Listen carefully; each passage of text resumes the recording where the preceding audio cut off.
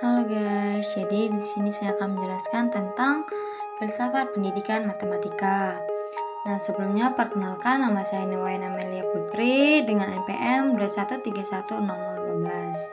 Nah, yang pertama yaitu pengertian dan lingkup filsafat pendidikan matematika.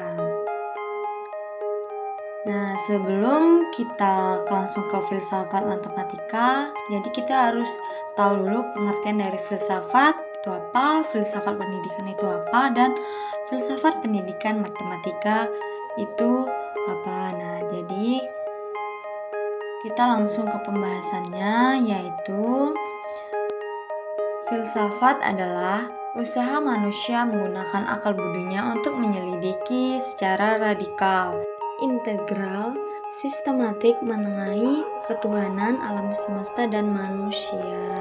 Lanjut ke filsafat pendidikan. Nah, jadi filsafat pendidikan adalah pemikiran filsafat tentang pendidikan, dapat mengonsentrasikan pada proses pendidikan, dapat juga pada ilmu pendidikan. Nah, yang ketiga yaitu filsafat pendidikan matematika, dapat diartikan sebagai wadah pemikiran untuk menegaskan kedudukan, fungsi, dan peran dari matematika tanpa mengurangi substansi, isi, bahkan kajian matematika.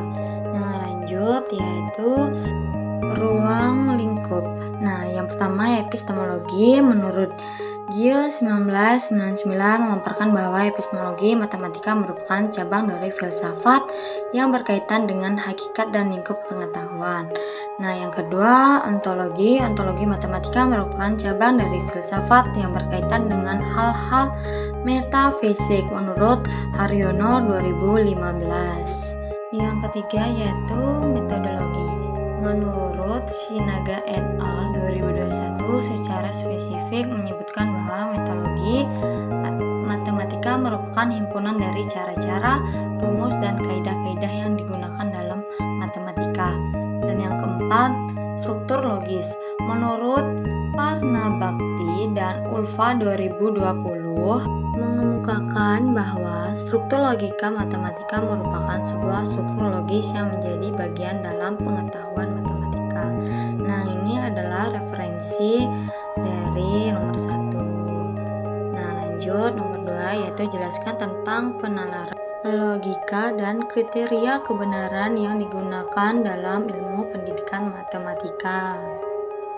Jadi, penalaran matematika adalah penalaran tentang dengan objek matematika yang diperlukan untuk menarik kesimpulan atau membuat suatu pernyataan baru yang benar berdasarkan pada beberapa pernyataan yang kebenarannya telah dibuktikan atau diasumsikan sebelumnya.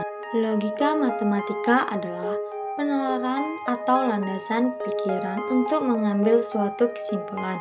Logika matematika menjadi landasan untuk memperoleh kebenaran yang didasarkan dengan pembuktian juga pemikiran yang secara rasional.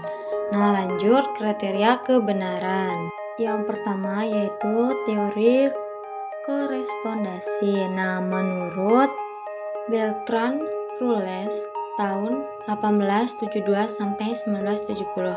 Menurut teori ini, suatu pernyataan dianggap benar jika materi pengetahuan yang dikandung pernyataan itu berkorespondensi atau berhubungan dengan objek yang dituju oleh pernyataan tersebut.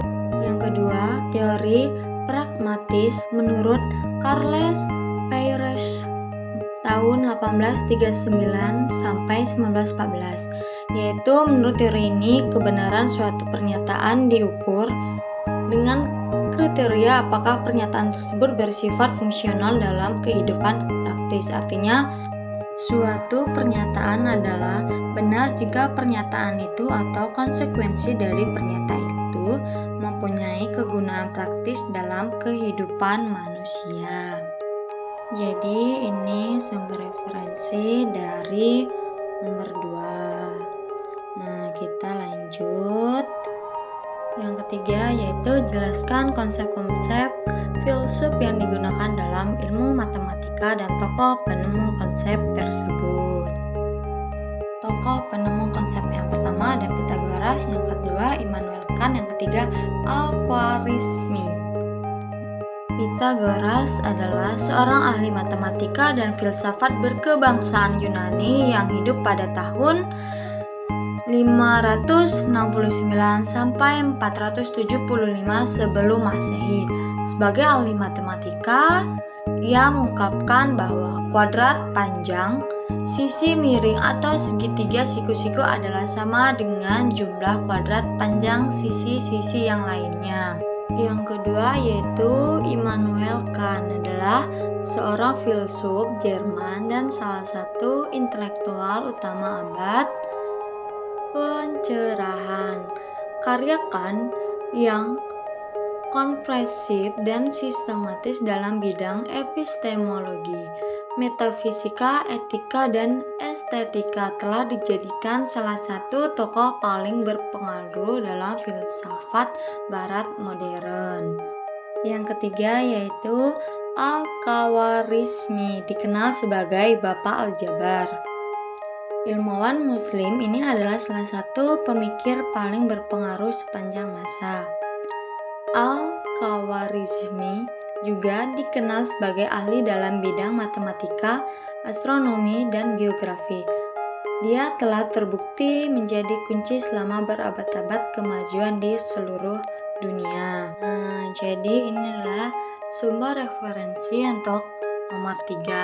Nah, selanjutnya itu ada kuisis sebagai hasil evaluasi pembelajaran filsafat pendidikan matematika, dan ini juga bisa diklik di deskripsi.